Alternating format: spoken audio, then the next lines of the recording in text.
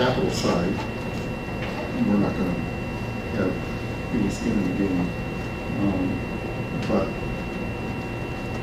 I guess when I was reading all of the news stories, I was assuming the project would be built with the capacity to add light rail at some point. It sounds like now the light rail would be concurrent with the project.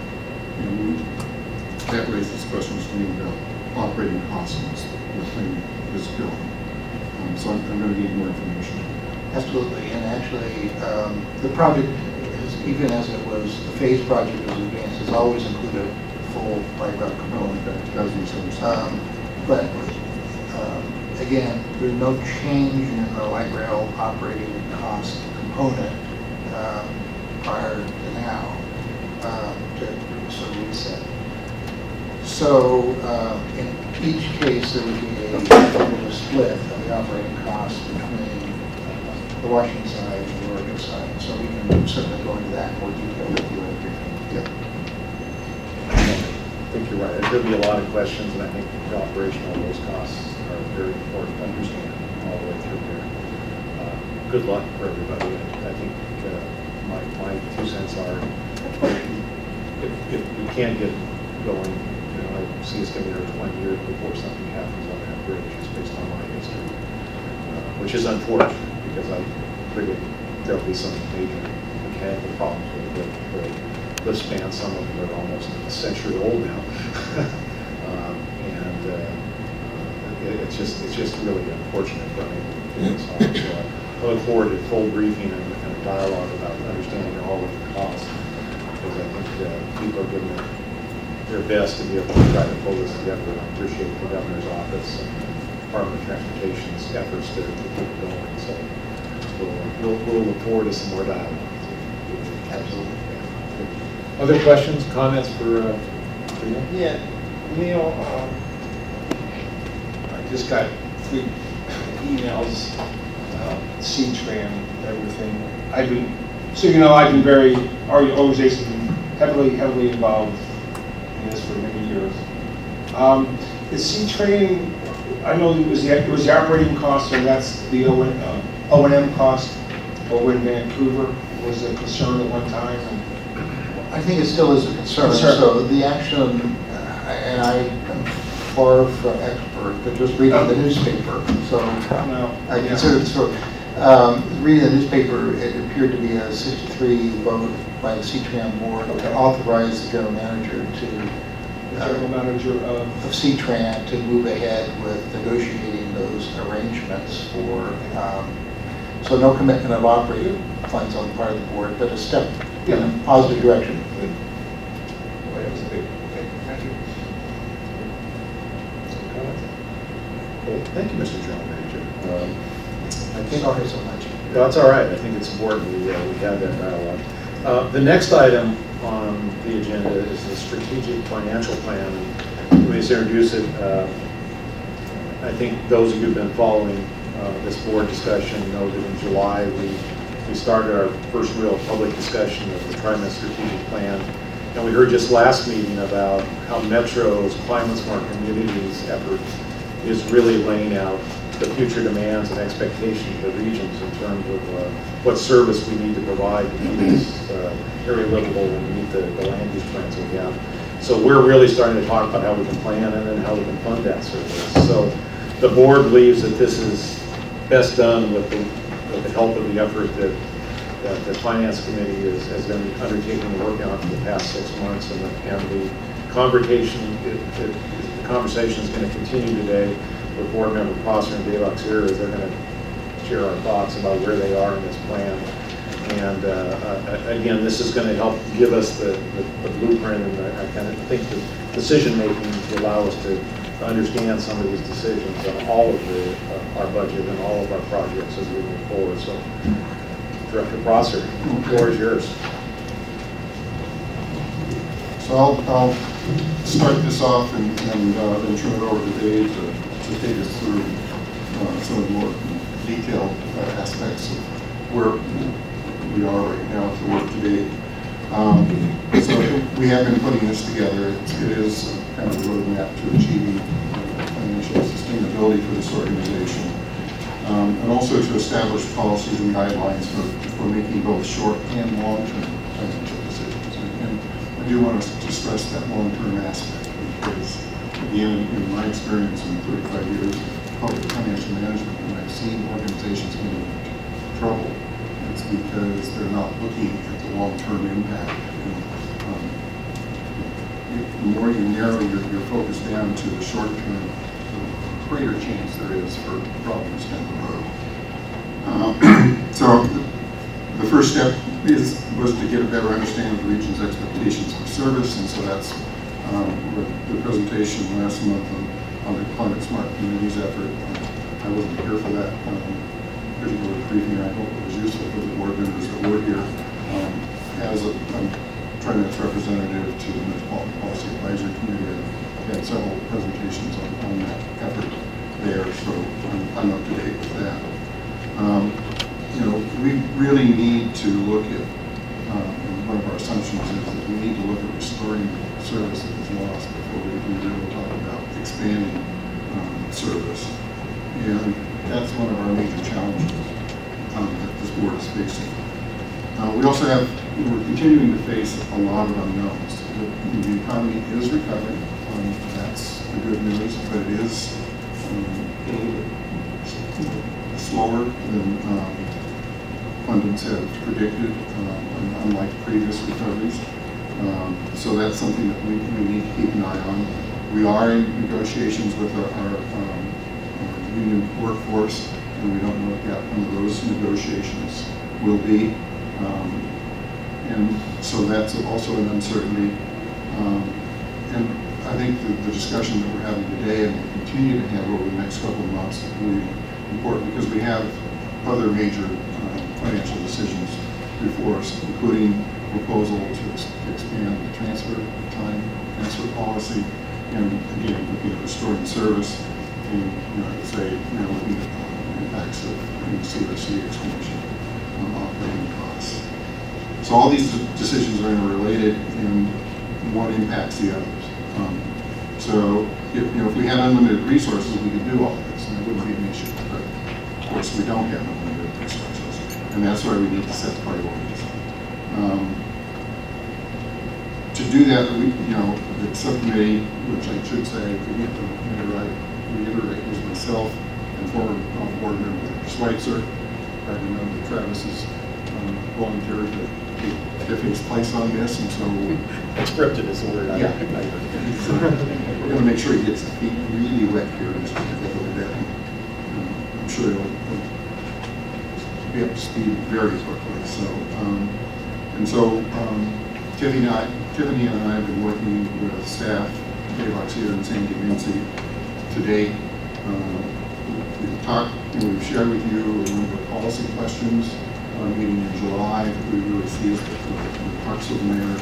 And we also shared with you a timeline which shows our goal is to adopt this strategic finance plan in November. So it's a rather condensed work effort. The November date I think is important because then we're into the budget process for the following year. So today we're sharing the overall framework that we've been working on and kind of an overview of the plan as we see it coming together. And then by the week's end, we'll be launching a page on the trimet website to provide background information, laying out options to address the policy questions before us, and why we see this as a critical effort.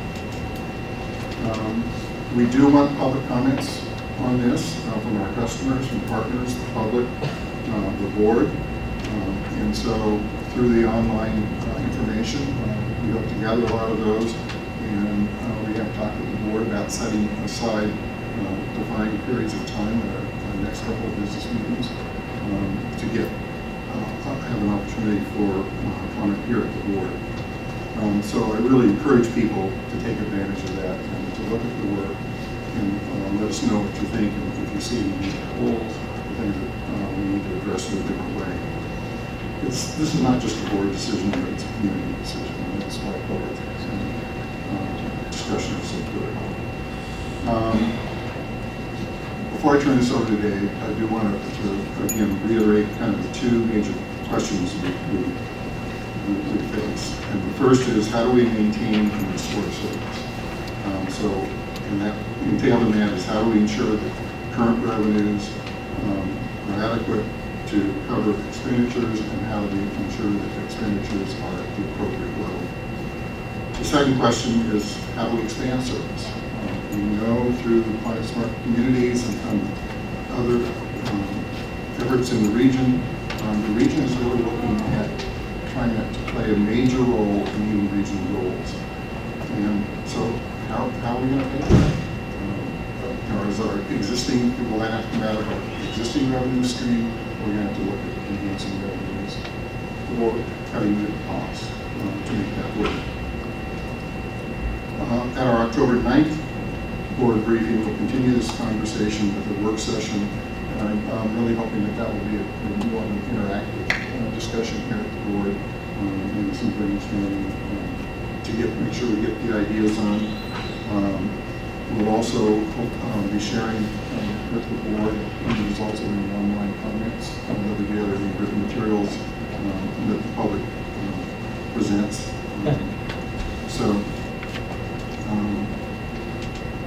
Again, I think in kind of summary, just remember that this plan is intended to be a framework for our decision-making at the board as we move forward and address some of these challenges that we see coming up. So with that, I think let me turn it over to Dave, and he can walk the board and the public through some of our work to date. We have shared a beautiful little multicolored chart that's not on the web now, it will be soon, and we've also, I know, shared our timeline with the board before. So with that, Dave, you're done. Great, go for it. I'll be speaking primarily about the key concepts that are outlined in this colored chart. As Craig mentioned, there's huge regional expectations of TriMet, and that we'll be needing to triple our mode split by 2035, or the transit mode split, and which will require us to more than double our service in just 22 years. The first step in building our transit network for 2035 is really to restore the frequent service and then implement the regional service enhancement plans. And that's what's demonstrated by the blue part of the chart, just the huge expectations on TriMet. And then so the key concepts on how we can build that transit system are really outlined below. And so the key concept that we're proposing is the idea of dedicating the increased revenue from employment and ridership growth to restoring and expanding service. This is different than what we've necessarily done in the past, where a portion of that revenue has been going to funding existing service.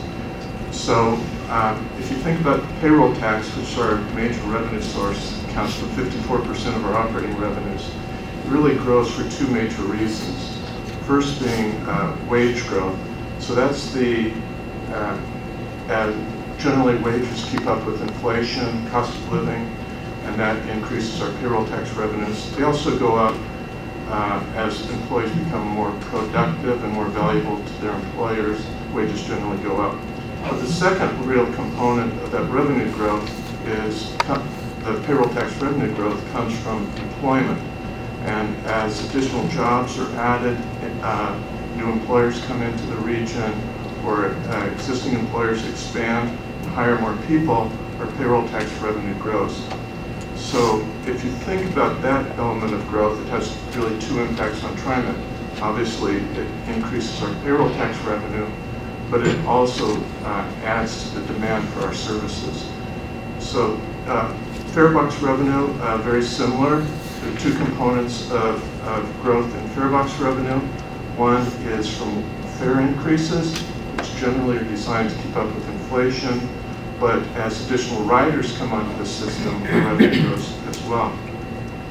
So one of the key concepts that we're proposing is that those elements of growth that are dedicated from employment growth and ridership growth be dedicated, those additional revenues to be dedicated to providing and restoring and adding service. So that is not something we've necessarily been really successful at in the past. But is a key element to how we can grow the system. Even that won't be enough to fund the more than doubling of the transit service. At this point, we're not really focusing on what those new revenues are, but clearly being able to demonstrate good financial management of our resources is going to be a key component of asking the region for additional revenues as well. So the three other key components that are equally important really in how we can, in this roadmap, and these are the last three pieces, bars on the graph. The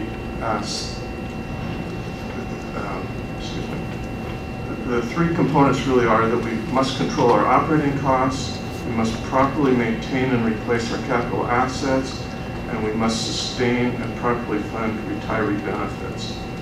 These are equally important really to how we manage our revenues. Operating costs, this is one area where we feel, obviously the flip side of all that growth in revenues, if we only are capturing the growth due to inflation, for current operations, we have to control our operating costs at no more than inflation. So this is what the system cost per revenue hour bar is trying to indicate, that we can't let our system costs grow faster than inflation. The gauge or the measure that we would use to measure that growth is something we're still working on and needs more effort.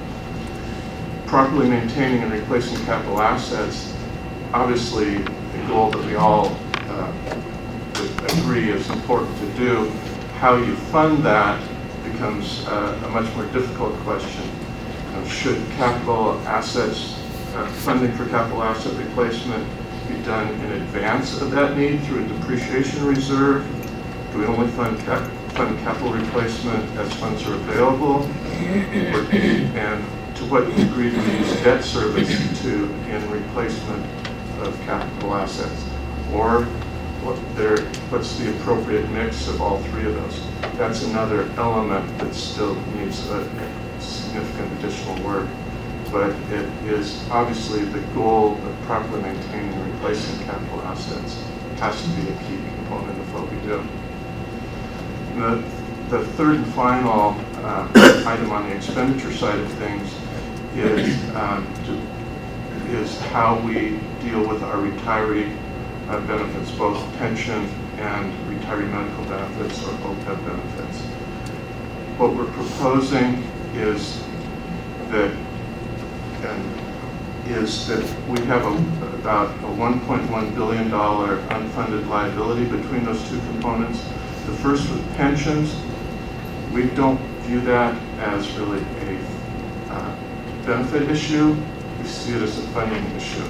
The benefits, trimet has taken considerable steps in the last 10 years to move all employees from new employees from defined benefit plans to defined contribution plans that are really much more market-based. But we have unfunded liability that we have to focus on. In the FY14 budget, we've allocated significant additional resources to bring that funding at these levels. We believe we can bring the plan to fully funded status in 15 to 20 years. We're funding about 135%, about $11.5 million more in what's called the annual required contribution, which will allow us to get to fully funded status much faster. On the OPEB side, we see that as both a benefit issue and a liability issue, and a funding issue, sorry. The strategic plan, as we're proposing, calls for significantly reducing the liability through reductions in benefits eligibility and increased employee contributions to these, and retiree contributions to these benefits. So we've set an objective of trying to reduce the liability by 50% through reductions in benefits and eligibility by the time the pension plan is fully funded in roughly 15 to 20 years. We believe that'll have to be done incrementally, but it's an important objective. And that at that point, when the pension plans are fully funded, we would then turn that stream of revenue that's accelerated pension funding to, at that point, funding an OPEB trust, similar to what we have funded pensions. That's a very quick summary of the key components of the strategic financial plan. Lots of issues around those. One other that I would mention that isn't reflected in the bars, but there is additional financial risk taken by dedicating those revenues to additional service. We might think it's appropriate to revisit the fund balance policy, which currently only calls for 2.5 months of operating expenses. If all this new payroll tax and fare box revenue is going to new service, you might want to consider increasing the fund balance reserve. It's our equivalent to a rainy day fund.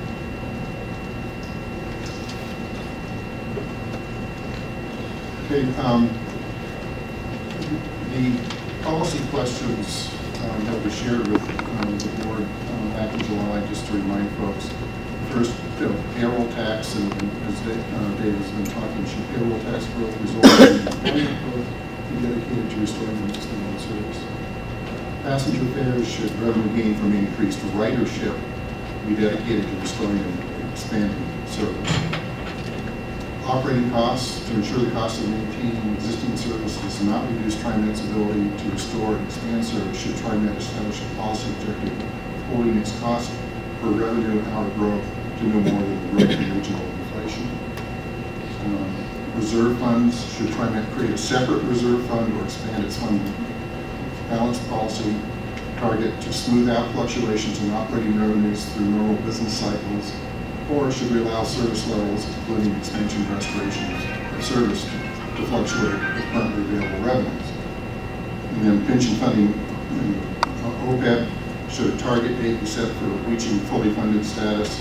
Should TriMet continue to fund retiree benefits other than pensions on a pay-as-you-go basis while reducing the OPEB liability through a series of modest benefit and eligibility changes, and focus funding on bringing the defined benefit pension plans to fully funded status before funding the OPEB trust? And again, if this is not on the web already, it will be by the end of the week. It is now? No, by the end of the week. Right, so by the end of the week. And then again, just to remind people, we did share the timeline with folks. We're at the September 11th board briefing, so we're talking about the framework and the plan. On the meeting on September 25th, we will have dedicated time on that agenda to receive any public input from people. It will be probably a defined amount of time, so we would encourage people to kind of organize their thoughts and their groups and stuff, maybe to orchestrate how they want to do that presentation. On October 9th, the board briefing will have a work session. Again, I would hope that would be an interactive discussion at the board level. On October 17th, we're having our annual board retreat, and there will be time on the agenda for the board to talk about these issues in greater depth. October 23rd, the business meeting. Again, there will be time set aside on the agenda to hear from the public. On November 13th briefing, we hope to bring our final draft to the board for discussion with the goal of having it on the agenda on November 27th for final adoption. We do have on the sheet that we've shared with folks, there are a lot of other things that this agency is dealing with at the same time. And so we've just noted what those are. And a lot of these, one impacts the other, so it's kind of a whole piece that we need to be aware of. But we do hope to get through this more efficiently. With that, if there are any questions, comments, suggestions, Any additional thoughts? Is this available for folks in the back of the room someplace? Or? Yes. Yeah. Okay. Just want to make sure that's available. I guess I just want to note, Craig, for what I'm seeing is the other things that are going on kind of simultaneously with this. You know, we've talked about a fair policy guideline for adopting something that we've got the transfer policy that we're going to hear about in just a moment. Is one of those items that I think connects very well with all of this discussion. Employee compensation and negotiations, obviously right there. Service restoration, we all said we wanted to have further dialogue, discussion about that. And then we got the Secretary of State's audit, which is going on, and we won't know until January, whatever it says. And then at that same time, during that same process, we're always, as Dave will tell you, always working on the next year's budget. So all of those fit together, and I think it's important for us to understand the timing of all of these decisions. And I think, frankly, all of them come back to this strategic financial plan. Getting agreement on that will allow us to make learned decisions on all of these items. So, good. I'm sorry. Bill? Probably wait for a longer discussion, but trying to think of a easy way to say this. I'm not very good with that. Yes, you are. The unfunded liabilities on both sides. Has there been a history of this at this agency, if you can tell me that? This seems huge. And I wonder, It is huge. very briefly, Dave, because we're going to meet after this. The OPEB liability is very, very large relative to our revenues. We do have comparative information on that. It's an element of our discussions in labor negotiations, obviously. We can share that with you. I don't have them right here. Okay. This is, TriMet has had OPEB liability since 1971. The very first contract that was negotiated between TriMet and the Amalgamated Transit Union put in retroactive retiree medical benefits for all retirees. So the liability's been there since 1971. We'll go to the meetings. Thank you. I think next meeting we're going to have our financial auditor's report, so we'll be able to see some information on all of this, especially the OPEB and pension liabilities. We can ask some questions about how we compare to other agencies, which is Appreciate it. yeah. Good. Good. Other questions on this strategic financial plan? I guess I just want to say thank you to you and Tiffany, and I know you're going to maybe try to corral Tiffany to see if she might need to help out on this effort for, as a citizen, helping out. But this is going to be very helpful